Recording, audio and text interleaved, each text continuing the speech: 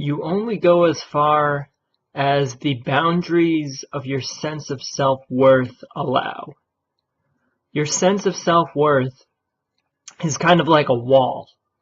It's at the end of the possibilities that you have for yourself.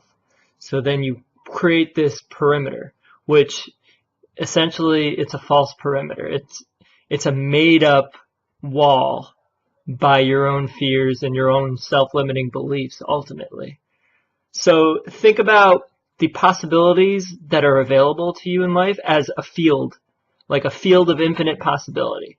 And then your sense of self-worth, because we often sense our self-worth as some finite quantity and place limitations upon ourselves. Those things are like a fence or a wall within that infinite field. So infinity really is available to us. All possibilities are available to us, but we are building our own walls. We are constricting ourselves, and it's our own doing. We're inheriting limiting beliefs and taking them on for ourselves.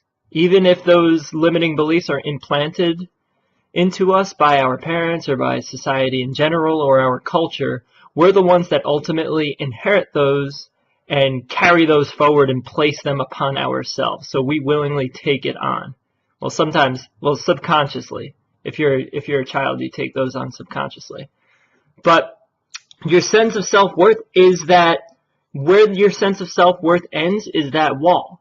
So you notice it when you have things that are outside of your possibility.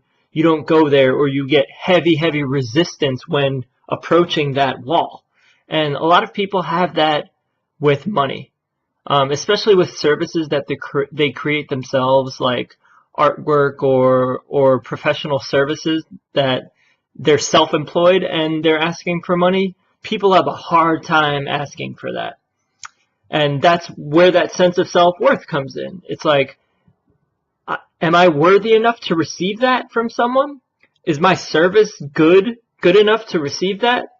And this is coming up with myself. I had to push through one thing in particular I'm starting to do a workshop at yoga studios. So reaching out to yoga studios and asking them to hold my workshop and charging upwards of $50, $60 per person for it. And like I had those doubts and those questions like, is what I know, is what I have to offer, is it worth that? And I had to break through those limiting beliefs because those little inner demons start chattering. So yeah, luckily I was able, not luckily, but I worked through that, and I smashed down those walls that I had with that sense of self-worth. So I've been expanding my field of possibility for myself, and you'll find those resistances come up with various things that you do. And asking for money is a major one that you see with most people, whether it's artists or any kind of life coach or something like that. And another area is love, because a lot of people, they don't love themselves and they don't feel worthy, and they ultimately feel like they don't deserve to be loved. So they have that barrier there. So they're never going to get outside of that possibility. They're never going to, with those barriers up, you're never going to get in the place where that higher love is available, or that more unconditional love exists. Until you expand those barriers of possibility, you won't be able to journey into those territories. So it's all about smashing those limiting beliefs and not building walls, because our self-worth is infinite. We have infinite worth because we're an aspect of infinity. We're an aspect of God, or whatever you want to call it, or the universe, or infinite possibility, or source. We are manifestations of that. And we're an aspect of everything. So of course everything is available to us. We have to have that abundance mentality.